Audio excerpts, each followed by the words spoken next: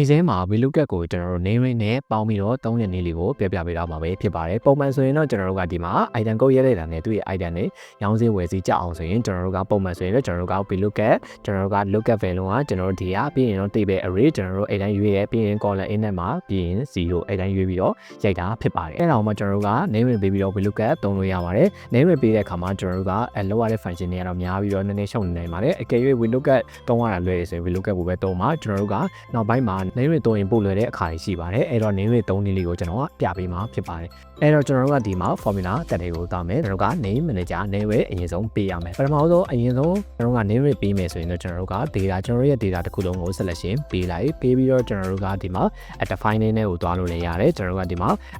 item code လားကျွန်တော်တို့မှာ item list လားကျွန်တော်တို့ item ကျွန်တော်တို့ထည့်ရတဲ့ item ကျွန်တော်တို့ဒီနားမှာကျွန်တော်တို့ကပြီးရင် okay တွေရေးလိုက်လို့ရတယ်အဲ့ဒါဆိုရင်လည်းကျွန်တော်တို့ရဲ့ name manager တွေကိုဝင်သွားပြီး item ကိုကျွန်တော်တို့ကဒီမှာ refer to နှိပ်လိုက်တာနဲ့ကျွန်တော်တို့ရဲ့ item ကကျွန်တော်တို့ကဝင်နေပြီပဲဖြစ်ပါတယ်အဲ့တော့ကျွန်တော်တို့ကဒီမှာ VLOOKUP သုံးမယ်ညီမချင်း VLOOKUP ဘယ်လိုကတော့ကျွန်တော်တို့က1001ပဲကြည့်မယ် table array မှာကျတော့ကျွန်တော်တို့က column တွေကိုရွေးစရာမလိုတော့ဘူးကျွန်တော်တို့ apply လေးနှိပ်လိုက်မယ်ဒီမှာ item ဆိုတာပေါ်လာပြီ item ပြီးရင်တော့ okay ပြီးရင်တော့ comma ဖြစ်ပါတယ်ပြီးရင်တော့ကျွန်တော်တို့က column in နဲ့မှာ item နည်းပေါ်ရှင်တာဖြစ်တဲ့အတွက်ကျွန်တော်တို့ကဒီမှာ2 column မြောက်မှာရှိတာဖြစ်တဲ့အတွက်2ပြီးရင် comma ကျွန်တော်တို့က0အဲ့ဒါဆိုရင်တော့ဒီမှာ2အောင်နဲ့2အလုပ်လုပ်သွားရဖြစ်ပါတယ်ရောင်းစည်းကိုရိုက်တဲ့ခါမှာလည်း VLOOKUP